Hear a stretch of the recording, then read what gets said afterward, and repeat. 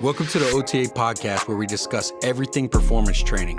I'm Coach Chris Barnard. Let's get into it.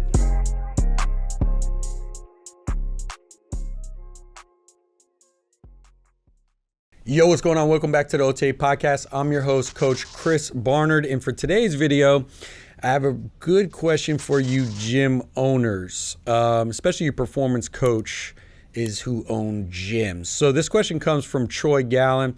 Shout out to Troy. Troy, you're making awesome content, brother. Hope you keep going with it. I love seeing it.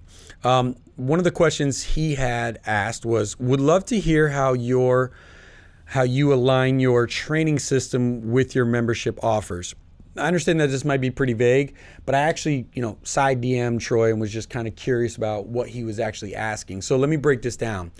So us performance coaches, let's say that we have a particular way that we train our athletes. This is our bread and butter. Let's say it's 4 or 5 days a week. We follow a very methodical process. And how do we align that with how we charge our actual clients? Okay, so let's say we have the best method in the world. I train this type of athlete, and this is our base program, and this is how we develop to get the most optimal results for each one of our athletes.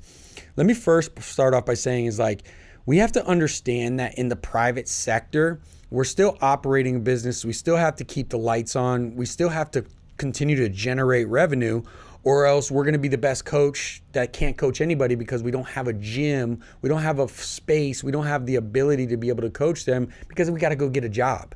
So don't ever mistake the fact that you're still running and operating a business, and the goal for operating a business is to put food on your table, keep the lights on, keep growing so that you can obviously have more freedom and do the things that you love to do, which is developing athletes. So with that being established, what you have to understand is we always approach it in a manner where we say, this is the most optimal program, right? So let's say it's an off season, it's 4 days a week, okay? We lead with that. However, based on that person's budget, and we have, I should say, with this 4 day a week program, we have a set particular price. This is the main thing that we pitch to any of them. Now, in season is a little bit different, and I'll get into that and I'll circle back. But when it comes to, say, for an instance, the majority of the time in the private sector, most of your athletes or your influx of athletes is going to come during the summertime, and the secondary is going to come during the wintertime. Make no mistake about it, because these athletes, this is typically when they have more time available to them. This is where parents are looking for their athletes to be able to develop. And that's also coincides with the off seasons, because in school is when they're typically in season. So during those times, we lead with a particular program at a particular set rate. Let's say it's 4 days a week, and let's say it's X amount of dollars. Now, if the parent comes to you and it's outside their budget, right? And let's say they can only make half of that. Being in the private sector, we can educate them that it's not necessarily optimal, but what we do is we just reduce down the amount of sessions that they can come to per week based off their budget. So let's say the athlete can only make, hypothetically 1 day per week. Let's say that our 4 day a week program is $400 per month. Well, that parent expresses that they can only afford $100 per month.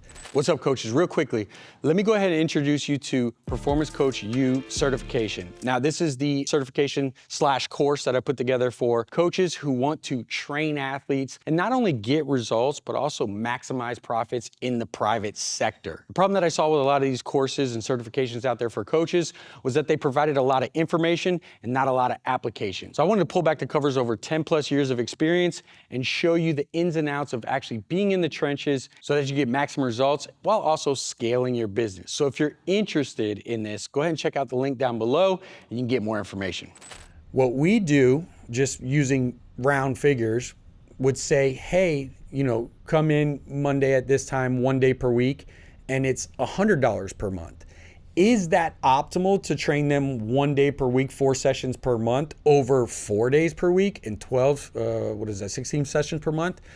No, it's not optimal to come in 1 day a week. We educate them that. But again, we're running a business, and my mindset is 1 day per week is going to be better than nothing. So it's not optimal, but we're still being able to train them.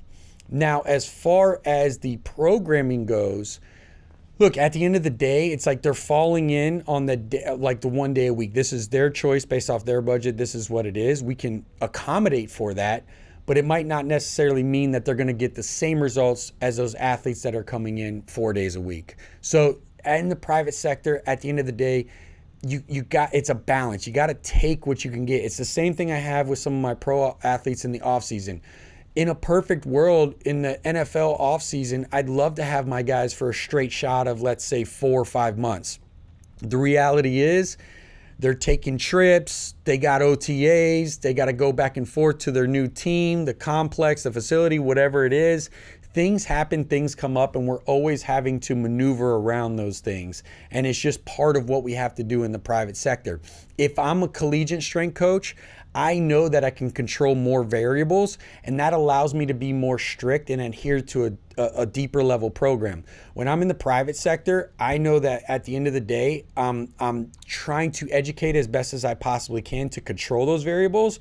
But at the end of the day, these kids leave for the summer, they're going over, they're taking a vacation with their family, they miss a week. These things are going to happen. We try to stay focused on the program that we have, educate them as much as we possibly can, lead with one price point, one optimal program, and then we make our adjustments accordingly.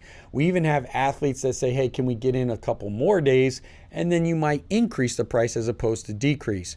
But at the end of the day, we have to accept the fact that these people have lives outside of here. We're not in organized ball where the coaches, the organization is telling them they have to show up for off-season training or in-season training, and you can have all your ducks in a row. We just have to take it where it is and continue to provide the most value for them in whatever service it is, whether it be 1 day per week, 2 days per week, 3 days a week, or your optimal program 4 or 5 days per week.